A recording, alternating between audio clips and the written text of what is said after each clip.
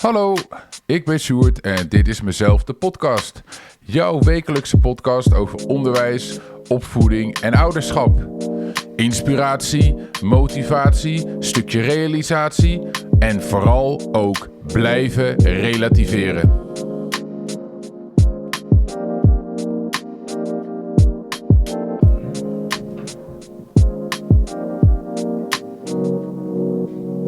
Yes, een nieuwe week, een nieuwe aflevering, uit mijn hoofd aflevering 7 van Mezelf in gesprek met. Ik wil eerst even iets laten zien, even iets persoonlijks. Ik heb een van mijn beste stukken vinyl gevonden voor mijn collectie. Het is van de enige echte, de Electric Mayhem, het bandje wat altijd de band was in de Muppet Show, hebben inmiddels een eigen serie op Disney+. En zij hebben dus nu ook hun eigen plaat uitgebracht. Go Get It. Het is een erg goede plaat. YouTube zijn we op. We zijn natuurlijk ook op alle Spotify-apps. En wat ik altijd mee begin is toch ook even aangeven. Like de video's. Comment onder de video's. Je kan reviews achterlaten. Hoe meer sterren, hoe beter. Alleen als je het leuk vindt. Maar het doet veel voor mijn algoritme, wat goed is. Vandaag heb ik een hele speciale gast. En het is ook een uitdaging voor mij. Want ik ik ga het helemaal in het Engels doen vandaag. Today, on my podcast, we have Claire. Hi. Claire. Hi. A short introduction, because Claire, I have to thank you very much for today for stepping in, because I had a cancellation for another guest. I wanted to invite you in a couple of weeks, but we had a fun afternoon. We had dinner, so I was like, "Are you up for a podcast?" A short introduction. What I want to say, if you're Dutch, there is like a new tool in YouTube that I can do some subtitles. So I will sort it out, and otherwise you have to do it with my English. I feel a little, you know my English, and I don't have to be scared about it. But to talk like an hour in English, I'm a little like, okay, let's see how this goes. How I met Claire, it's like I think 2 years ago. More. 4 years ago. We met each other because I was already working at an international school in The Hague, and 2 years later you came in, and very quickly we found out that we are thinking a lot similar about a lot of things, especially education. So I was like, let's invite you. So I think the first question I ask everyone who comes on my podcast, what was something fun that you did today? Okay. Great first question. I like that entry point. First of all, thanks for inviting me to be on your podcast. No problem. I'm super jazzed to be here. Something fun that I did today. Well, today I met with some new colleagues of mine. Since moving on from the school that we both worked at, I have launched my own business. And the business that I have, a short plug, it's called Trillium Learning. Yeah. And it's providing education support for students that have difficulties with learning. I also work with students that have some chronic illnesses, diagnosed learning challenges, and we'll get into that later, I'm sure. But the fun thing I did today was meet some new colleagues for the new office space that we're all going to be renting together. Okay. So there'll be about 10 of us, all with similar support services, so we can refer to each other. We can also have moments of collaboration, so we can reduce that feeling of isolation that often people that work for themselves and who work with students can tend to feel. Yeah. So we had a coffee, we went to the new business space and talked about ideas of how to renovate it and install new pieces. And so it was kind of nice because we were dreaming, but about something that will turn into a reality as of August this year. Oh, nice. Yeah. And it's all in the Hague area, right? It's in the Hague. Yeah, that's correct. I think that's good to tell also, like, I don't know where people listening from. It's apparently all over Holland, especially. So we are talking about the Hague area, right? Yeah, specifically here in The Hague for students that are international students that go to international schools. Yeah, yeah, okay. And what's also interesting for me, but also I think for the viewer and for the listener, like, can you tell us a little more about Claire, where you grew up? Sure. Because what I know, you traveled the world already. But it's nice to have, because this is a podcast about education, but it's also about parenting and all that. So I'm very curious, like, where you're from. Yeah, I'm originally from Toronto, Canada. Yeah. And for the people who are from Toronto, Canada is how we say it. So that's where I'm originally from. I was born and raised in Toronto. I'm the oldest of 5 kids. So I can't speak about parenting per se, but I can speak about being the oldest child of 5 kids and being a sub-parent in that sense. I grew up there, and when I finished university, I moved to Italy, which was my first international teaching role. And then since 2005, I've been teaching in international schools around the world. I think last time I checked 3 continents and 6 or 7 countries. Oh, wow. And it's great. I'm super proud of the career path that I chose and cultivated for myself. And it equally made me nervous to step away from that and step into my own business. But I'm super glad I did. And there's still so many places more to see. Yeah. And I started out as a classroom teacher, teaching elementary school, but then slowly learned that my passion was really supporting the students with learning challenges in my classroom, and then just continued studying and getting the credentials to be able to do what I do now, which under the title of educational therapist. Yeah, it's nice because I think on that's what I just heard. I did not realize that earlier, but we have kind of the same path, because I also started as a class teacher, and I found out that I really liked to help the kids with the challenges. But for now, with the work that I do now, it's a good thing that you have the experiences as a in-class teacher. So when I'm coaching like a class teacher, you know, I know where they're coming from, because I was on the same spot every day. Yeah. So it allows us to be empathetic towards the situation they have of having 25 plus kids in a classroom and being really torn between progressing the learning for many students and also for those who need a differentiated path.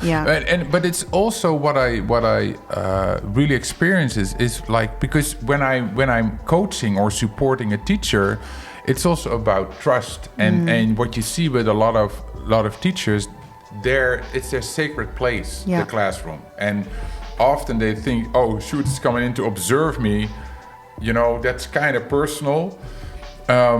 But when I tell them that I was in the same position, that I know how it feels to be a class teacher, it's immediately helping me in like the whole connection with the teacher. I've had the same experience. Yeah. But you said some interesting thing before. We will talk education a lot, I think. But you were the oldest of 5, and I like the word, you were like parenting, because that's something that you hear a lot, you know, especially when you are a girl, you know, and I don't know what the difference is in ages with the younger ones. My brother's the youngest, and he's 10 years younger than me. So my summary is really, since I was 9 years old, I had a baby on my hip. Exactly. And so all the way from 9 years old until I left the house to go to university at 18. All those years, I spent the majority of it raising my siblings. And how was that for you? Because I could think of, because, you know, you hear it a lot, you know, the oldest, and how how was your relationship with your parents then? Because did they see you as your oldest daughter, like as a child, as a kid, or they see like, hey, that's a good help in our house?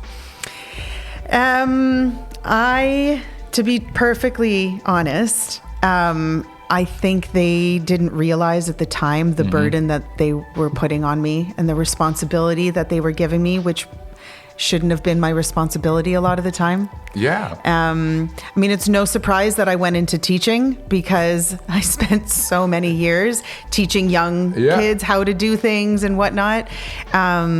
I also really stepped into the kind of mothering role of being like a nurturer and a carer and a healer and stuff like that. For me personally now as an adult, when I look back, I can really pinpoint experiences that, some might use the word traumatic in a sense, that really build who I am now as an adult, and I need to unpack and stuff like that.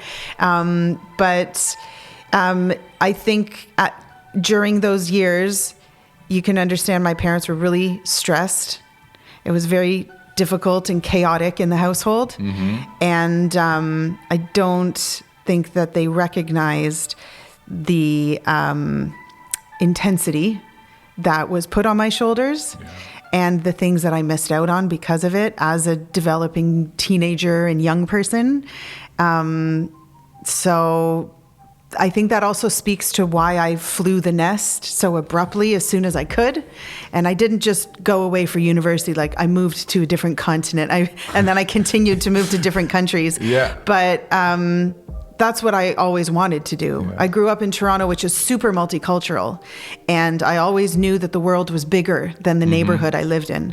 So I pursued all of that. And they had some big feelings about it, because then the burden was left for them to pick up. But you hear it a lot, right? Especially, I think, with our generation and our parents. That at the time it was just maybe survival mode is like a little too harsh to say. I think that's a pretty accurate term, though, in my case. And especially if you have like a family with 5 kids. I'm coming from like a family with just 2, like the average Dutch family. But I still think that at that time, they were not like so aware of things. I think they were like, okay, this is how it needs to be, and this is how it goes, right? And I in several earlier podcasts, I was talking about that. That your parents were not really aware of like consequences. They just went with it or something. They were in survival mode. Absolutely. And I don't think it wasn't easy for them. No, I recognize that. But that's the difficulty, because later when I got older, I had that internal discussion with myself, because it's difficult to blame. My parents did their I don't know the word opvoeding in English. How they raised you? Raised. That's the word. Sorry. How they raised me, I really think that they had the best intentions. But on the other hand, when I was like 15, 16, and I got a little older, I felt like this was not the right way to raise me. Because they did not see me how I was or for who I am.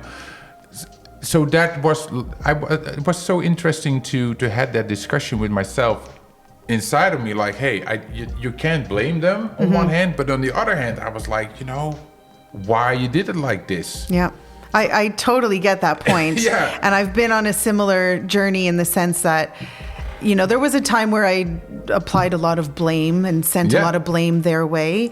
But, as I've gotten older, I realized they were doing the best they could with the tools and resources they had at that time. Exactly. So I can't really blame them for not doing a better job, because they didn't know what else they could have done. What was the better job, exactly. Right? So I've made peace with it. I've had to, you have to accept it at a certain point in time if you want a relationship with your parents. Exactly. So that's what I've done. But I do have, to just flip it for a moment and talk about the good side of it, I remember all of the crazy stories of things that my parents did or things that my siblings did that my siblings don't remember because they were too young. Yeah. And my parents don't remember because they were too overloaded and overwhelmed.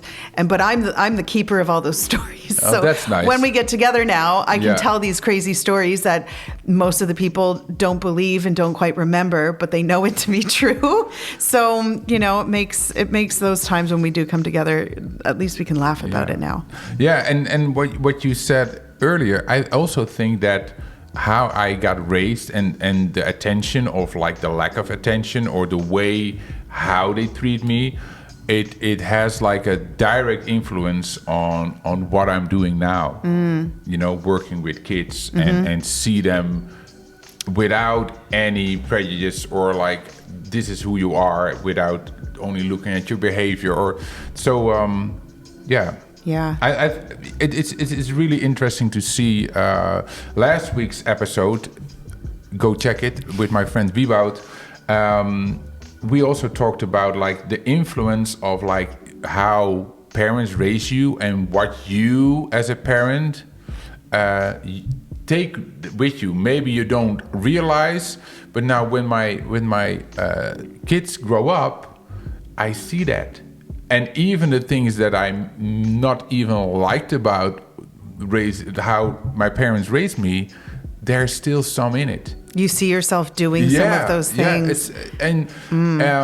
So it's so inside of you that and it's okay. You know, it's what I said. It's just what you said, by accepting it, but also embracing it. Like, okay, this is just part of like the family or. And there's a lot of stuff that I do differently now, and the fun part is like you as well have like a lot of been in contact with parents as well as we are in a profession needs to be.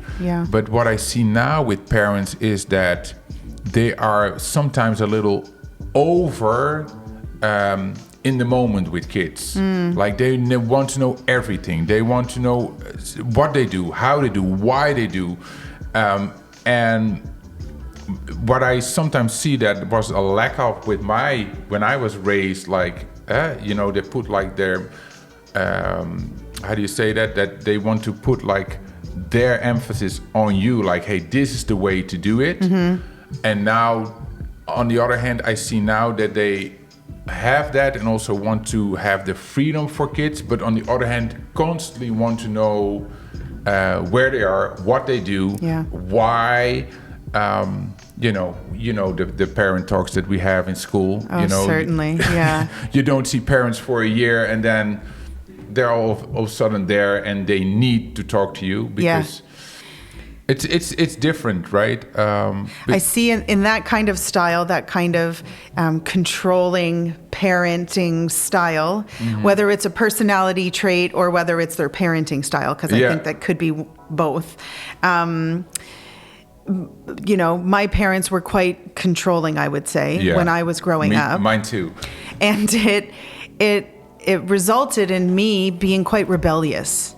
However, now I really, really enjoy working with those students who are I can understand the students that are displaying these risky behaviors and that are engaging in rebellious activities, because I'm like, of course they're doing that. They're trying to push outside of the boxes that they're being forced into, and they're trying to express themselves and expand. And if they're not being allowed to do so, there can be a lot of tension there. And so I do really like working with teachers particularly, or like pastoral leaders in a school, to help them understand the kind of motivation behind some of these student behaviors, because I can see myself in those. And I've learned that not all educators understand that kind of a perspective and understand student behavior through that lens. I completely agree with you, because I had the same. The more boundaries I got from my parents, the more I wanted to explore those boundaries and test those boundaries. And prove that those boundaries were wrong. Exactly. Whether they were right or wrong. And And what you see a lot now in schools is that teachers or staff or whatever you want to call them is like they just look at behavior and not like why that is. Yeah. And exactly what you say, I like that about being in secondary schools with a little bit, the purity kids and the exploration and I have to say it's not like, maybe I should not say it on a podcast, but sometimes I really try to motivate students to explore those boundaries, to start discussing things with your parents and not everything like take for granted. And I see a difference because I'm coming from like the Dutch education, and now for a couple of years I also have more experience in international schools. But I see a difference. The pressure that parents put on their international kids, it's almost in some cases I think it's unhealthy. I've actually seen it be quite unhealthy in certain cases as well. Yeah, that I can completely understand that, and that you see parents like, I don't know why he's doing this and this, because we think we have the best ideas for his career or for his future. Or it goes back to what you said just a couple of minutes ago. There needs to be a conversation had between the students and the parents. And sometimes they need people like us to facilitate those conversations or to help create a safe space for those conversations to occur, or maybe some conversation starters to help that conversation happen so they can build that trust and relax those boundaries a little bit. Exactly. Yeah. Yeah. It's one of the I think for a parent, it's difficult to set boundaries, to control those boundaries, to maybe loosen up some boundaries, or even it's a lot of, for me, I think it has also a lot of to do with insecurity, anxiety, for being a parent, and try to I think like a majority of parents, of course, they want the best for their kids. But within that, so controlling the best for their kids, they doing their more harm. They get like less results than, the anxiety of like loosen up, like, the things of like the first time. Yeah, but he's going to a party for the first time and there's booze, But the more you say don't drink, kids will respond like, but it must be very interesting to drink, right? So. Yeah, it's but I think it's a nice thing that we're going to, because I wanted to ask you what my experience is if I see the difference between like Dutch education and international education, that international education is so result and grades driven. Yes. Like. Unbelievably, like out of the school, but also out of the parents. That whole expat community, the international, very competitive. Exactly. So, and you have been only in like international schools, but I really want to know your opinion and your experience with that, because for me, I have such a different approach to school that I think grades are secondary to like life development, personally development, right? How you grow up and how you want to be. So I was very curious because you've been so long into international schools. I mean, the competition that exists in international schools has been present in all of the international schools I've worked at. Yeah. And I think that a lot of it goes back to the community attending the international school. Expat communities or international communities around the world are able to have that lifestyle usually, not always, but usually because they have successful career positions. Yeah. And they've achieved those successful career positions because of high levels of education. And I think a lot of families believe that because that's what they've achieved and provided for their children, that's naturally what their child would continue to follow into. Yeah. And so therefore that kid must go to a high-end university or college and get a degree in order to get a high-powered job, in order to maintain that lifestyle that they've been growing up in. And therefore, the results matter. Yeah. Because the only way that you're going to get into those great college courses or university courses is if you have the grades. Yeah. And equally, the schools become so grade and results focused because that's how they get more international community buy-in, more, as they say in the schools, bums in seats. So more tuition being paid, and more recognition and accreditation from the governing bodies that they participate in, whether it's the IB or whether it's the IGCSE or whatever curriculum it might be. Is it also prestige? Is it really like... I think for a certain part of the population, there's a prestige about it too. Yeah. Just talk, because I'm going to put on the lights a little more, because it's like quite getting dark quickly. Okay. Well, one thing I'll mention that you said earlier from a parenting perspective was about boundaries. And as a parent, it's difficult to put boundaries in place, reinforce those boundaries.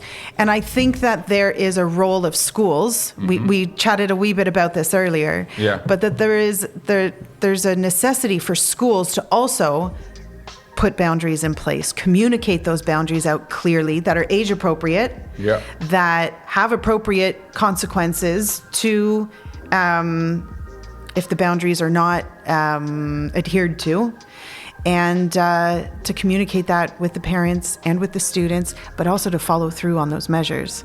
Yeah. So I can understand from a parent's perspective that it's a delicate balance, because it's your child and you want that relationship to flourish. But I think there's also a part that schools need to really take ownership of.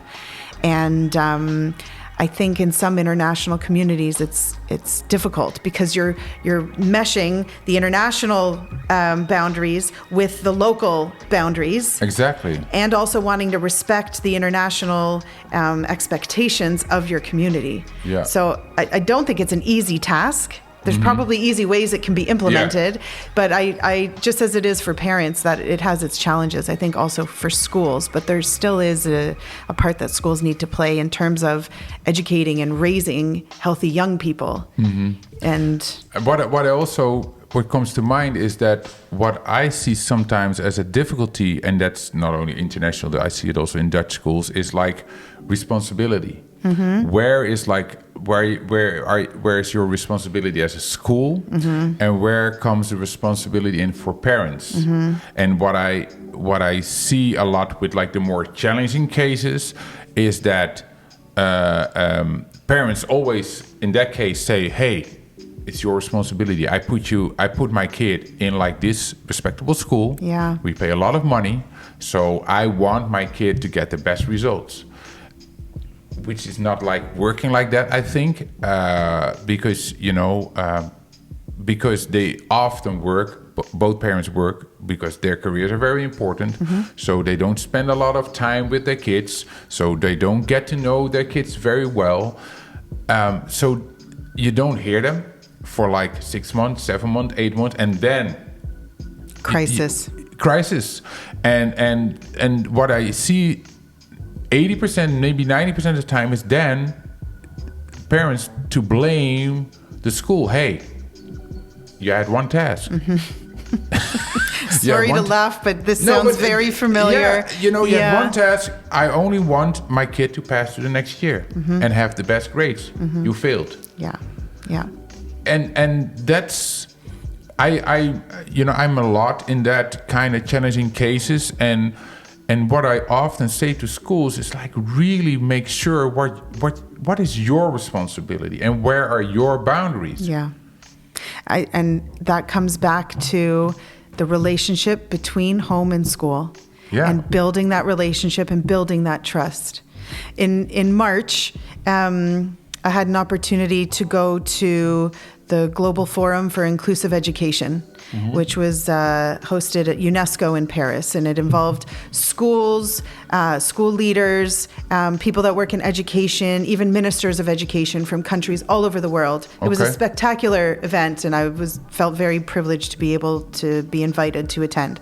And one of the main conversation points was that schools need to reach out more to families and need to forge these relationships with families, focusing on the students that require or who are benefiting from the inclusive education experience. So students that have different learning needs and additional learning needs, and how the responsibility needs to be a shared one. It needs to be a partnership.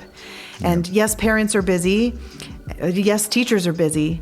And we can't just keep pointing the finger at the other and being like, it was your responsibility. No, it was your responsibility.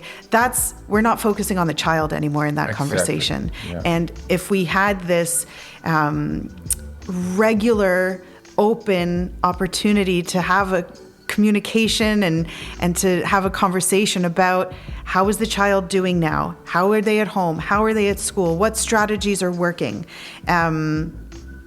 That's only going to help that child progress and achieve more success and thrive. And I think that's something at the Global Forum, no solution was identified, just that this is something that needs to happen. There's no magic wand that's going to work in one school and work in all schools, but it is something that we know. And I think that's something that you and I now, as entrepreneurs and people that help in the private sector now with families and students directly, that's a conversation I'm having a lot. Yeah. Are you? And I think you said a very important thing, that it's not about pointing fingers. It's all, I call it like the circle around the kid, that since I'm starting to have my own practice, when I used to work for organizations, my main focus was the one-on-one meetings with the student. Yes. Which is very interesting and good. You can really like coping and teaching and teach stuff. But what I want to focus on for now on is like the whole circle around the student, to get them more on like the same track. So it's the teacher, it's maybe even the school team, but it's also the parents. So that's why I also starting doing like the family coaching stuff, to get more understanding of like, in some cases, for example, that I have to deal with parents that are very hesitant to acknowledge, or not acknowledge, maybe they even know the diagnosis, for example, your kid being on the spectrum, but they're very hesitant to share that because they really think, we put like a mark on him and there's not a good future. And what one of my goals is to really change that perspective, because, I think every kid has a future, and a good future, and have their specific certain talents. Yeah. And I think it's really important, especially in that age group from like 10, 11, when you have that pre-puberty to like 18, when you're really developing and get to know yourself, that, in this case, autism is a part of you. And it don't have to stop you from dreaming, and it don't have to stop you from having like a great career in whatever you want to do. So, for me, it's like the big accomplishments when I have the talks with parents and get that done. Hey, we have to talk about it, because if the acceptance starts, how should that feel for your kid, that you are not, because you're not taking him for who he is. And I think that is what I said. I really find joy and also a challenge sometimes, but to find the circle around the student and get that more aligned, that's what working for a kid, I think. It's amazing how much shame parents hold that word. When they discover that their child is not fitting into the category that they planned their child to fit into. That's it. Or that they expected. And when they find that their child is doesn't fit into that box that they believed their child should be into, they feel a lot of shame about that. Yeah. And I mentioned earlier, I've worked with quite a few students that have chronic illnesses. Yeah. And it's so interesting to me because when you face a chronic illness, you are forced to accept it. You can't deny that it doesn't exist. Exactly, yeah. You can't dislabel it because there's a biological condition that can no longer be ignored. There were symptoms. There's now treatments, and these treatment regimens have to be followed to a certain extent. Yeah. And yet, when we're talking about learning differences or neurodiverse brains, that acceptance seems to be a lot more difficult for people to get to. But I'm really optimistic that we're at a point in history where that narrative is shifting.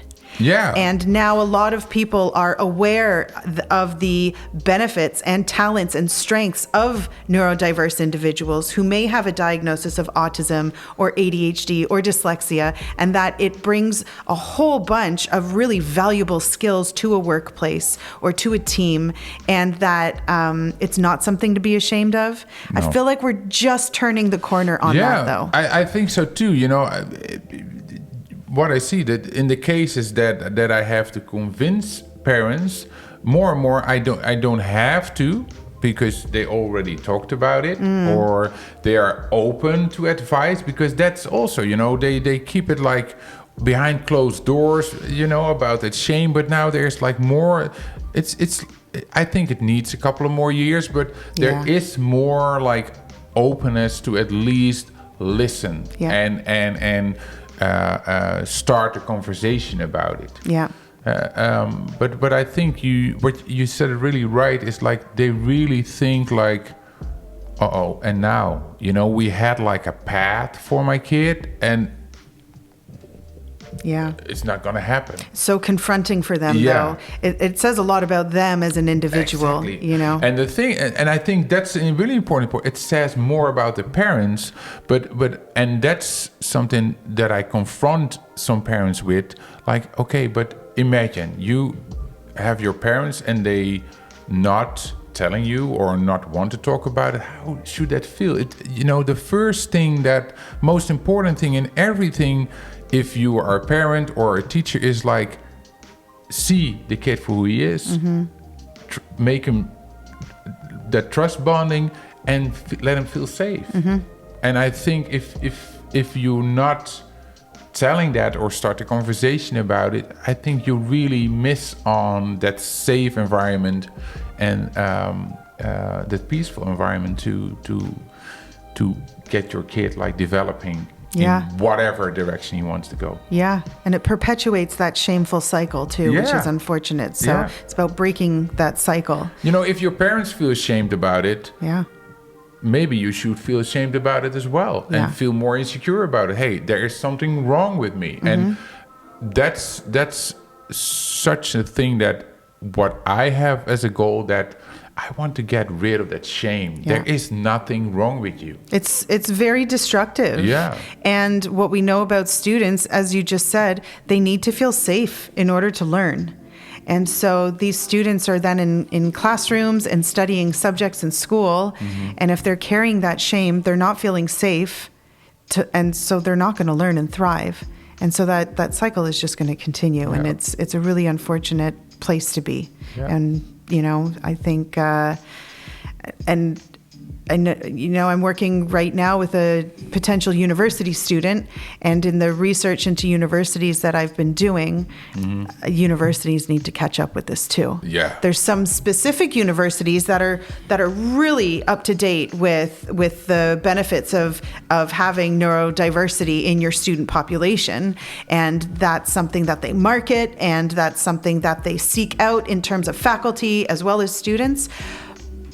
But that's a small number of the universities, to my knowledge. And it's great that workplaces are open to it. And I think secondary and elementary schools, surely secondary schools are on that way, but I think that there's a bit of a gap between secondary and the workplace, and that would be the university and college realm. And I from the very limited contact I've had in that realm so far, I think there's a lot of catching up that needs to happen. But I also see it still like in secondary schools in The Hague. Surely. Like, it's not that teachers don't want to, but they just don't know how to. Yeah. And I did some workshops like a couple of weeks ago at one high school. And there was a workshop on giving some information on ASS, so on the spectrum, autism, and ADHD. And I started with some theory and just some facts. And then I started like, hey, how do you see it? How do you recognize it? And comparing to what do you want to see? And for me, and that's something that I still need to learn, like for me, the things that I want to share, it's like so simple thinking for me, like, okay, this is, but what I experienced then in the 4 groups that I did, it was in a total of like 70 teachers, that I think 70 to 80% was like, really? It was new news to them. It was all new. And sometimes they think it's like too difficult. We need to change but sometimes small changes like could do like a lot. It can happen in like placing in your classroom. It's like just giving like a minute to think, or it's like small things. And I really like to help out here in The Hague. You know, I can't do the whole country, but start in The Hague, like helping teachers out, because you know, I got like so many, and that's not of my workshop or what I do, but I like to hear that teachers, you know, sometimes are a little anxious or a little afraid to, I don't know how to deal with him. And if you give them some direction, some tips, some tools, they were like, hey, we can easily work now, or more easy. Yeah, they're then open exactly to the idea. Yeah, I think that's something that is common in a lot of teacher training programs, is there's very limited information shared or courses that are required for teachers to take, especially at the secondary level. In the elementary training programs, there's usually a short course on students who have additional learning needs.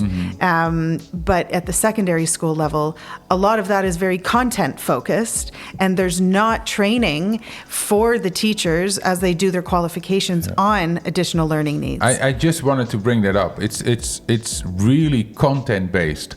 I'm a teacher, that's the class, and it's like a one-way content to the class. And then we getting back to what I was asking you earlier about, like it's so focused on grades and results that teachers think I just have to share content, do the test and all that. But for me, like high school, you know, I took like 2 more years on high school because not that I liked it so much, but I really developed and did like the whole social thing that took me 1 extra year at high school. But I think that's such an important part that you never can take that back. You know, it's of course it's nice to have grades and to go to a good college, but I think more importantly is like get to know yourself and find out where you want to go. And even if you have like the highest grades, if you just want to work in whatever, that should be like an option. I think you're bringing up a good point, which is that in a lot of the international schools, the curriculum is so focused on that there's no time dedicated to giving the students that freedom to think about who they are and where they see themselves in X amount of years, and what questions might they have about, you know, being a young adult in university or something, or just giving them free time to be a teenager in high school and soak up those moments. Or listen to like, yes, he's gonna do that volunteer work because it really looks good on a resume. Or because she has to, because that's one of the requirements in order to get the degree. Exactly. Yeah, the diploma. Yeah. Yeah. Well, I'm glad you took the time to enjoy your teenage years. That's great. Yeah. I did 2 years of HAVO 4. Okay. And the second year of my HAVO 4, I just enjoyed the out of it. Yeah. Good for you. Yeah. You know, and it's I'm so, sometimes it's really frustrating to me, and I'm a very, you know me, I'm a very positive person, but I sometimes feel the frustration if I see that a student that I work with is so stuck on what is expected. There's so much expectations that I think it's for like a 13, 15, 16-year-old it's like so high, and I really hope that with what we do, because I said because you see it in this, you will hear in this podcast, we are very aligned of what we think, and I think that to make it like a little bigger I think it's a good message to share in this podcast. Is like that really look after your kid, really look after your student, and lower the expectations.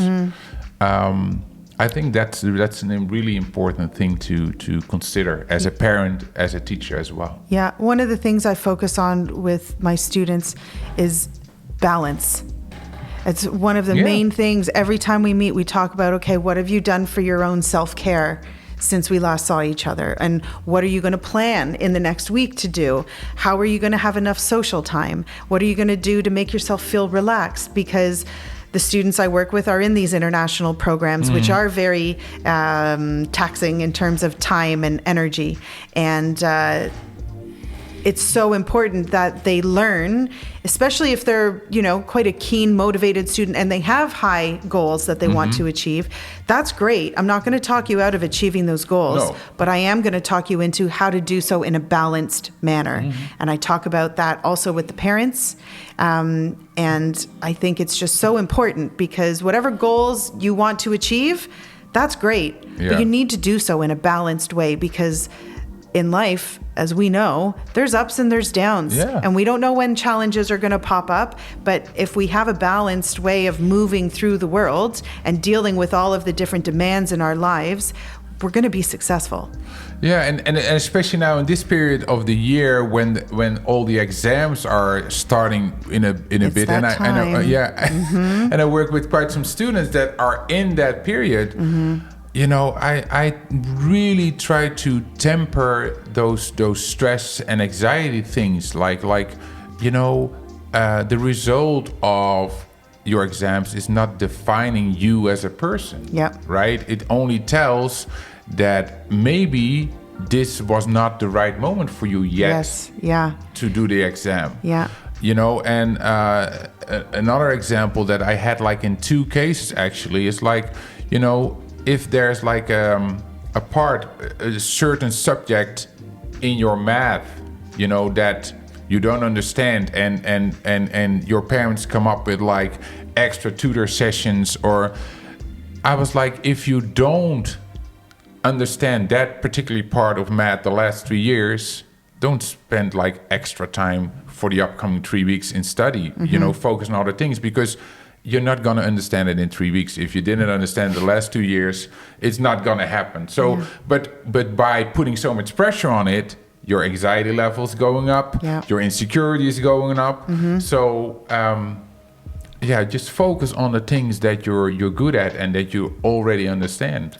Shift that spotlight away from what you can't do and towards all the things that you can do and you have been doing to set yourself up for that success. Exams are a real difficult, triggering experience for a lot of the students that we work with.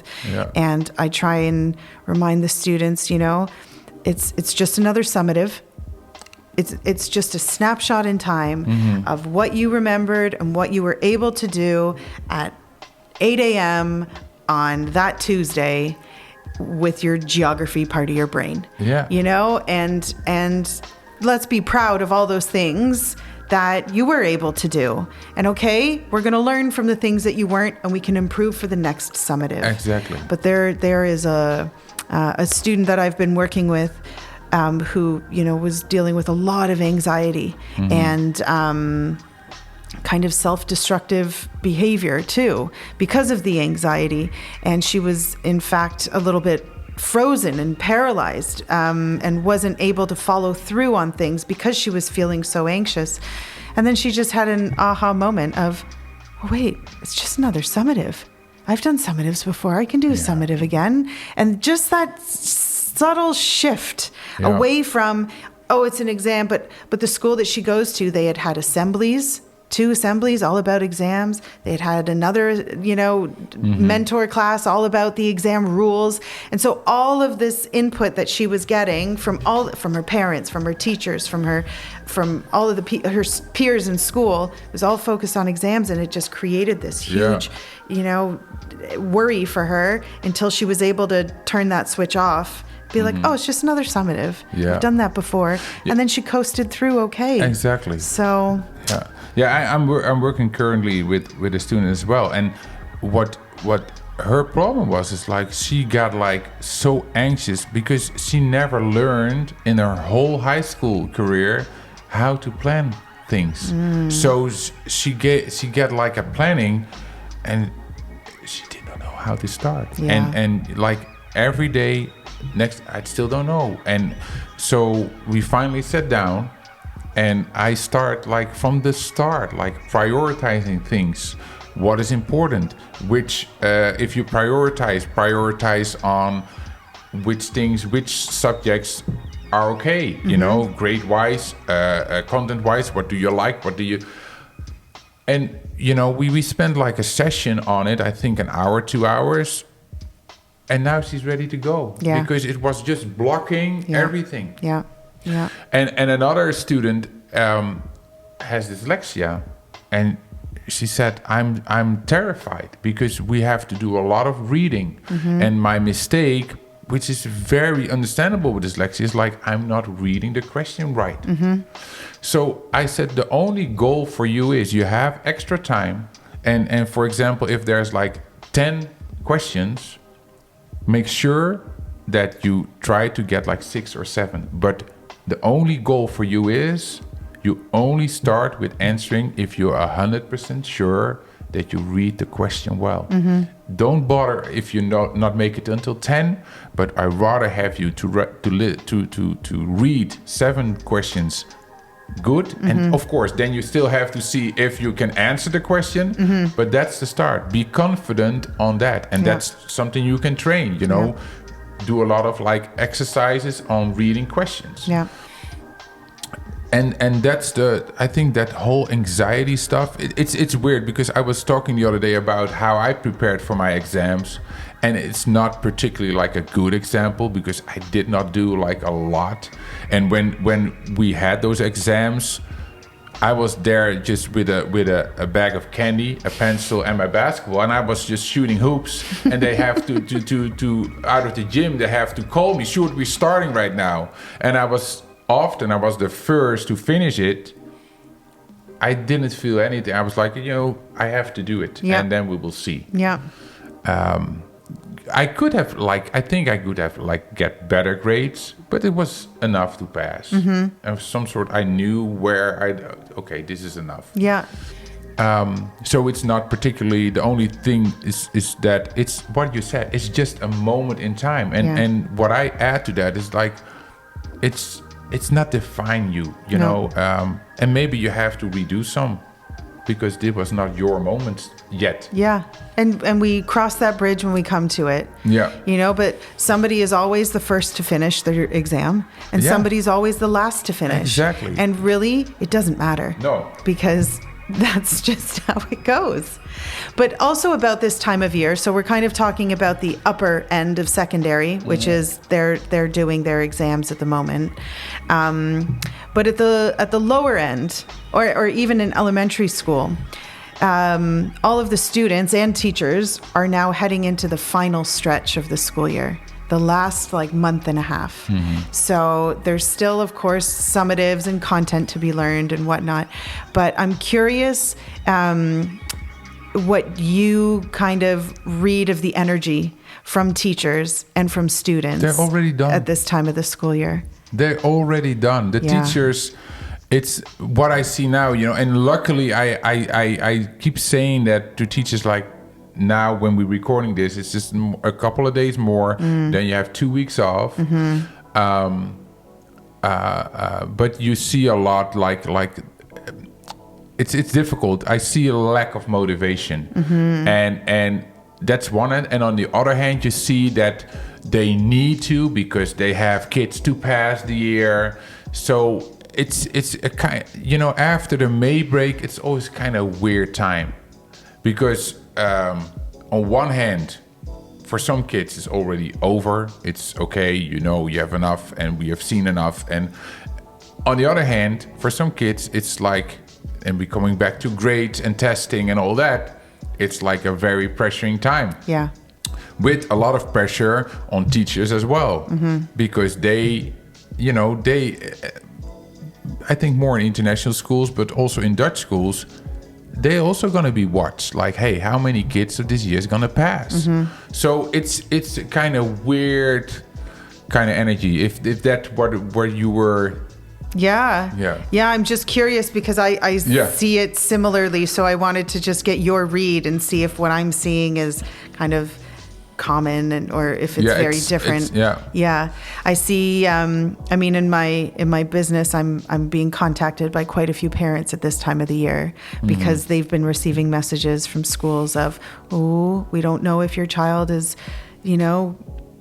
successful enough to move up into the next year, or this is the crunch time. They really need to make these achievements by the end date, and it's a lot of pressure. But then at the same time, there are the people that are just like going to coast now. Because I don't think that's, maybe coasting isn't the right word to use, but it's a great time to reflect back to September and the start of the year, and to think of those students, if you're a teacher, to think of the students that were quite challenging or that you weren't convinced were perhaps learning optimally at that time, and to then compare with what they're able to do now, because the growth is immense. Yeah, exactly. But it's hard to find the time to do that reflection.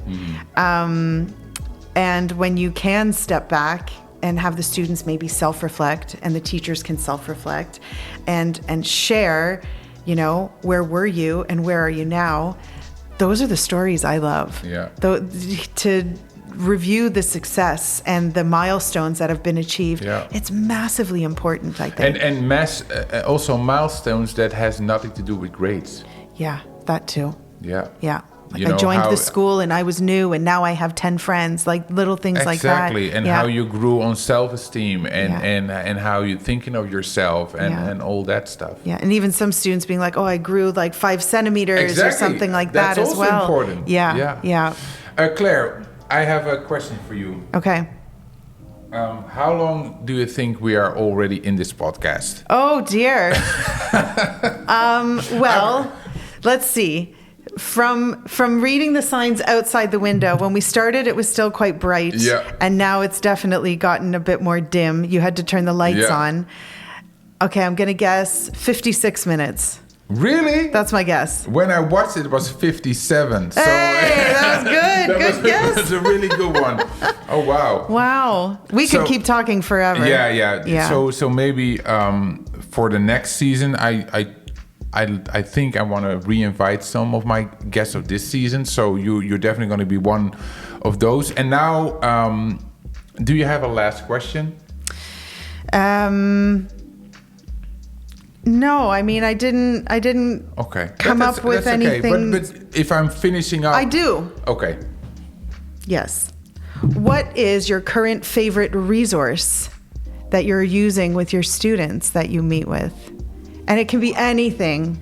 I'll give you my answer just to let you know it can be simple. Mine's a whiteboard. Okay. Like an erasable board. I love having those. I find that they're super useful. The students can get up, get moving, right? Yeah. And I can also model things for them. So for me, in the work that I do with students, having an erasable board is my favorite resource, I would say. That's a good thing. The first thing that comes to mind is it's a Dutch thing. Oh yeah. It's a pile of cards. They called eigen wijsjes. Okay. And it's like 52 cards, and on every card there's like a positive statement. Nice. I think I did great today, or it's okay to show my emotions. I believe in myself. It's 52 affirmations. Of that. Yeah, affirmations, That's great. but all very positive. So Yeah. I use them a lot in primary school with kids. They can just pick one, and it's often a great start for a conversation. Hey, if you say this, what did you do nicely this week, or when did you show your emotion this week, and was it a positive? So it's for me, when it's sometimes, especially with kids on the spectrum, it's sometimes difficult to find a start of your meeting. And these cards, I'm just laying them down, and they already know, hey, I can pick one. Nice. So that's one that I really, really like, eigen wijsjes. Okay. Yeah. That sounds great. If I look, it was a nice question, and I think it's nice because we have some practical stuff for the listeners and viewers as well. I'm gonna end this not before to really thank you for being in my podcast. My pleasure. It was a really randomly last, but it's also who we are. I think. Yeah. I knew that I could ask you for this kind of last minute kind of fill in. I'm gonna do the end in Dutch. Perfectly if fine. you don't mind. No, not at all. Ja, jongens. Nederlands, eventjes om het einde. Ik wil jullie wederom allemaal bedanken voor het luisteren, voor het kijken. Ik blijf het zeggen, jongens. Like, subscribe, comment. Heb je vragen, stuur me een DM op mijn Instagram. Staat allemaal in de show notes. Heb je een wat langere vraag of e-mail mij. Zet ik ook in de show notes. Voor de mensen die examen gaan doen de komende weken, ik wens jullie heel veel succes, maar ook vooral plezier. Want je gaat ook namelijk een hele mooie periode afsluiten. In gesprek met mezelf is er weer over 2 weken. Volgende week is er weer een reguliere uitzending. Reguliere podcast die je dan weer niet te zien is. Claire, nogmaals bedankt. Bedankt. Bedankt, heel goed. En tot snel.